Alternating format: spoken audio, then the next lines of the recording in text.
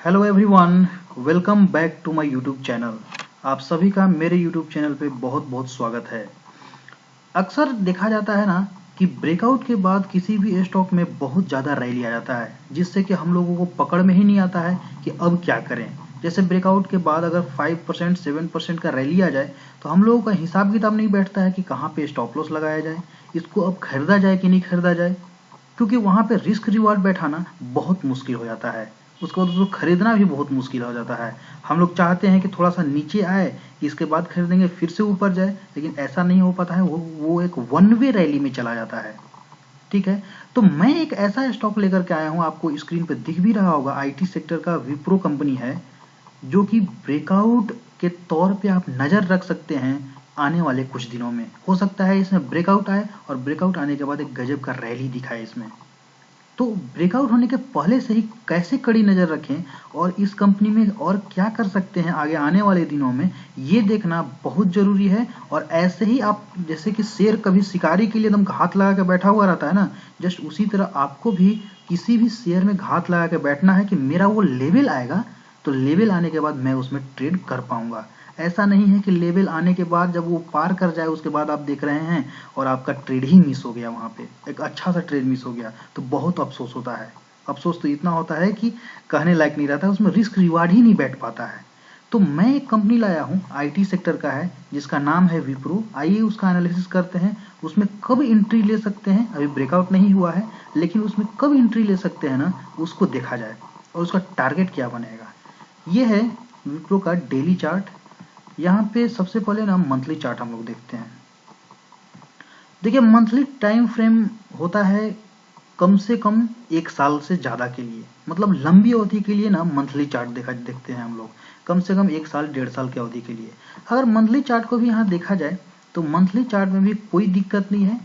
Monthly chart में भी कोई दिक्कत नहीं। एक अच्छा खासा अप ट्रेंड के बाद डाउन आया स्टॉक, लेकिन यहाँ पे ना एक बेस फॉर्मेशन हो गया, इसको बोलते हैं। जो ये कंसोलिडेशन हुआ है ना, लगभग 450 से लेकर के 360 के बीच में, मतलब 350 से 450 के बीच में जो कंसोलिडेशन हुआ है ना, इसको बोलते हैं हम लोग बेस फॉर्मेशन। इसके बाद एक ब्रेकआउट भी दिया है, देखिए यहाँ पे एक ब्रेकआउट भी दिया है, तो इसको बोलते हैं बेस फॉर्मेशन। मतलब इसका बेस फॉर्मेशन हो चुका है, जितना खरीदारी बिकवाली होना था ये हो चुका है। अब ये पूरा मन बना लिया है कि मैं ऊपर की तरफ जाऊंगा। ठीक है, अब ये कैसे कर सकते हैं आप, यहाँ पे देखिए ना। अगर आप कभी भी कोई भी स्टॉक को देखना है ना एक अच्छा ब्रेकआउट के लिए, तो ब्रेकआउट के पहले वॉल्यूम आप उसको देखिए, तो वॉल्यूम उसमें ना अच्छा खासा नजर आएगा। यहाँ पे भी आप देखिए, तो यहाँ पे भी वॉल्यूम जो है ना लगातार बढ़ रहा है इसी मंथ से। देखिए ये कौन सा मंथ है, नवंबर 2023, इसके बाद दिसंबर 2023, जनवरी 2023, अभी फरवरी का मंथ चल रहा है, ये वाला कैंडल। ठीक है, तो ये है नवंबर का वॉल्यूम देखिए, इसके बाद दिसंबर का वॉल्यूम देखिए, इसके बाद जनवरी का वॉल्यूम देखिए।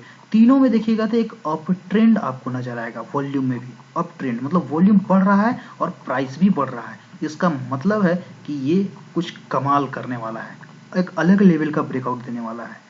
ठीक है, तो ये हुआ मंथली बेसिस पे। अगर मंथली बेसिस पे देखें ना, तो यहाँ ऊपर में अभी आसपास में कोई रेसिस्टेंस नजर नहीं आ रहा है, कोई रेसिस्टेंस नजर नहीं आ रहा है। एक पिछले मंथ का हाई है 523 का, ये थोड़ा बहुत रुकावट का जोन है, वरना भारी भरकम कोई रेसिस्टेंस नहीं नजर आ रहा है। यहाँ पे देखिए इस लेवल पे अगर देखिएगा तो 600 के करीब करीब एक रेसिस्टेंस है, जिसका कि हम लोग टारगेट बनाएंगे उसको। ठीक है, ये है मंथली टाइम फ्रेम का। अगर क्लियर कट इसका देखना है ना, तो वीकली टाइम फ्रेम का देखिए। मंथली में कहीं कोई दिक्कत नहीं है अप ट्रेंड में। वीकली टाइम फ्रेम का चार्ट देखिए। वीकली टाइम फ्रेम में अगर आप देखिएगा तो सबसे पहले ना एक पैटर्न का ब्रेकआउट है, जिसको बोलते हैं कप विथ हैंडल पैटर्न। देखिए यहाँ से कप स्टार्ट हुआ अगस्त 2022 से, और यहाँ से देखिए ये कप का शुरुआत हुआ और यहाँ बीच है, और ये है कप और ये है हैंडल। यहाँ तक कप हुआ 11 सितंबर 2023 तक, और यहाँ से हैंडल बना, और हैंडल का ब्रेकआउट यहाँ पे आ चुका है, पहले ही आ चुका है। और इसके बाद यहाँ से बहुत दूर तक स्टॉक नहीं गया है, बहुत दूर तक स्टॉक नहीं गया है। और इसमें ना एक बात देखिए कि यहाँ पे ब्रेकआउट होने के पहले ही ये 4-5 सप्ताह का जो वीकली चार्ट है, ये 4-5 सप्ताह जो है ना एक अच्छा खासा वॉल्यूम में अप ट्रेंड दिखा है।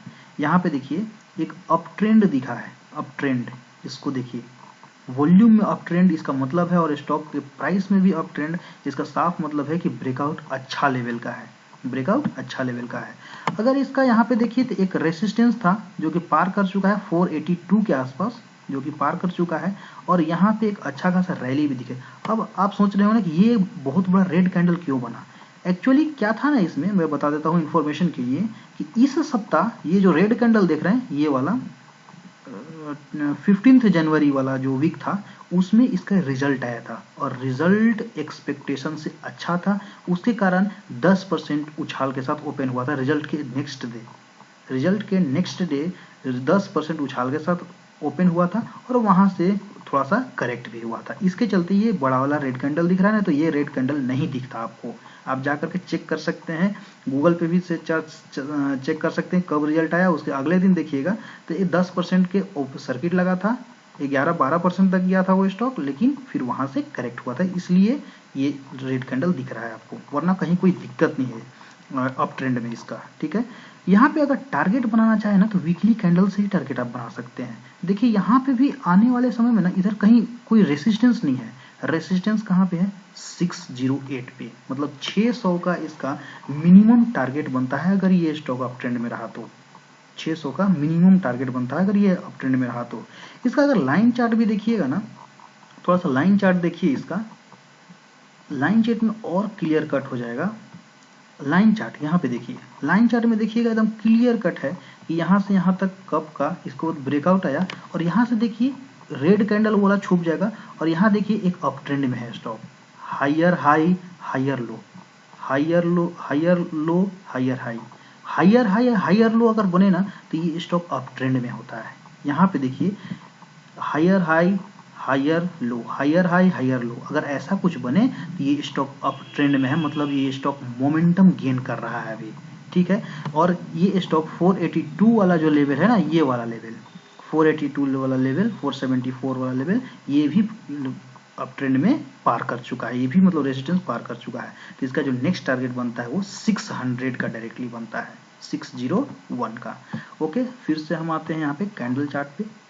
अब इसमें ना टारगेट हम लोग जान चुके हैं कि टारगेट इसका 600 का कैसे बना, क्योंकि इधर कोई रेसिस्टेंस नहीं है, यहीं पे जाकर के रेसिस्टेंस है 600। अगर इसको भी पार करता है तो फिर से बनेगा आपको 774 का, 720 का लगभग, 720 का लगभग इसका फिर से, वो अगर 600 का रेसिस्टेंस पार करता है तो 700 का तक जा सकता है ये स्टॉक।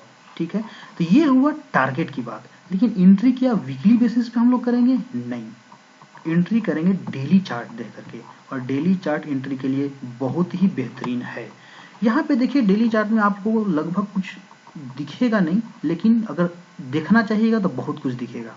इसका साफ मतलब ये है, कहने का मतलब एक स्टॉक में ना रैली है, मोमेंटम है। सबसे पहला बात कोई भी आदमी अगर देखता है इसको तो सबसे पहले इसका मोमेंटम देखता है। ट्रेंड लाइन एक ड्रॉ करते हैं, सबसे पहला ट्रेंड लाइन ड्रॉ करते हैं, यहीं से ड्रॉ करता हूं मैं। ठीक है, ये देखिए एक ट्रेंड लाइन,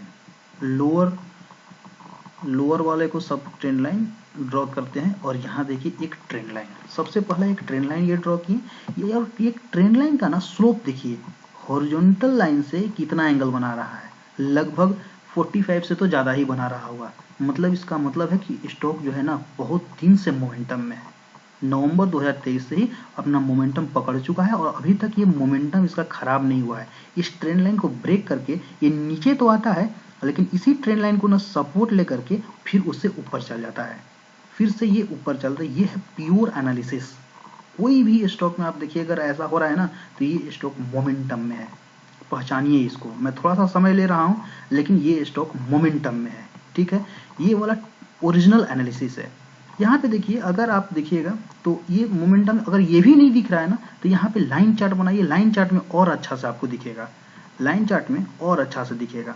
देखिए लाइन चार्ट में और अच्छा से दिखेगा, एकदम लाइन के थ्रू दिखेगा कि कैसे मोमेंटम में है। ठीक है, तो यहाँ पे लाइन चार्ट को फिर से कैंडल चार्ट में हम लोग बदल देते हैं।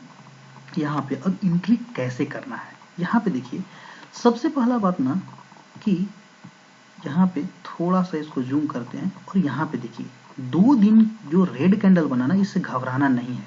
ये लास्ट जो 3 दिन से 2 दिन से रेड कैंडल, और एक ये इसको बोलते हैं डोजी, मतलब जहां ओपन हुआ वहीं पे जाकर के क्लोज हुआ। ठीक है, मतलब कि ना तो सेलर जीत पाया ना बायर जीत पाया, ठीक है, इसको बोलते हैं डोजी।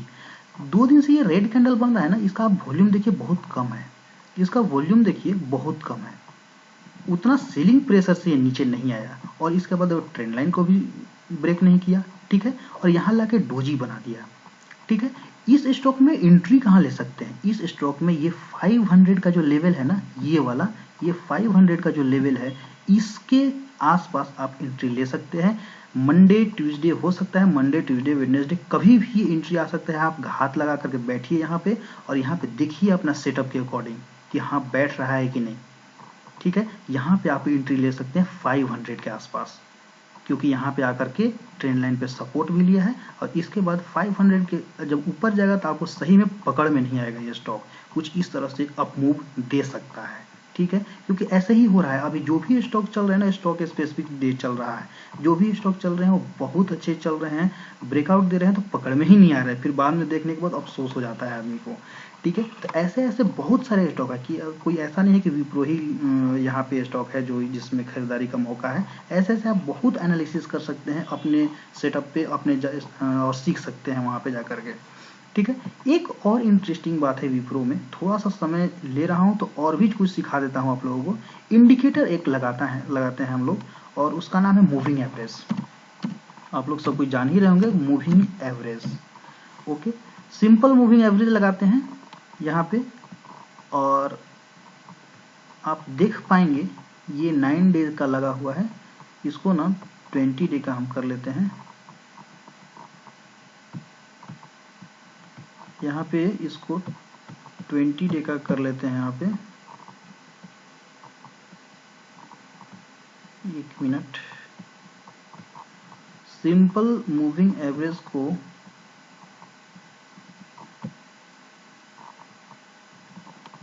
यहाँ पे 9 डे का लगा हुआ है, इसलिए इसको 20 डे मूविंग एवरेज रहता है तो वो और अच्छा रहता है।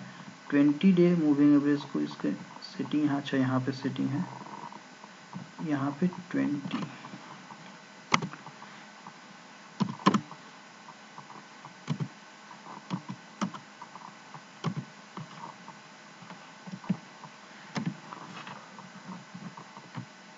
हाँ यहाँ पे ये 20 डे का मूविंग, ट्रेंड लाइन को हटा देते हैं, वो अच्छा से नहीं दिख रहा है, तो ट्रेंड लाइन को यहाँ पे हटा देते हैं, और 20 डे का मूविंग एवरेज को आप देखिए यहाँ पे, तो देखिएगा ना कि ये 20 डे का जो मूविंग एवरेज है ना, जस्ट उसी पे यहाँ पे भी देखिए सपोर्ट लिया हुआ है, यहाँ पे भी 20 डे का मूविंग एवरेज सपोर्ट लिया है, और ये जो लास्ट डे में मीन्स फ्राइडे को जब ये नीचे आया तो जस्ट वही मूविंग एवरेज से ही जस्ट सपोर्ट लिया, मूविंग एवरेज से ही जस्ट सपोर्ट लिया, ठीक है।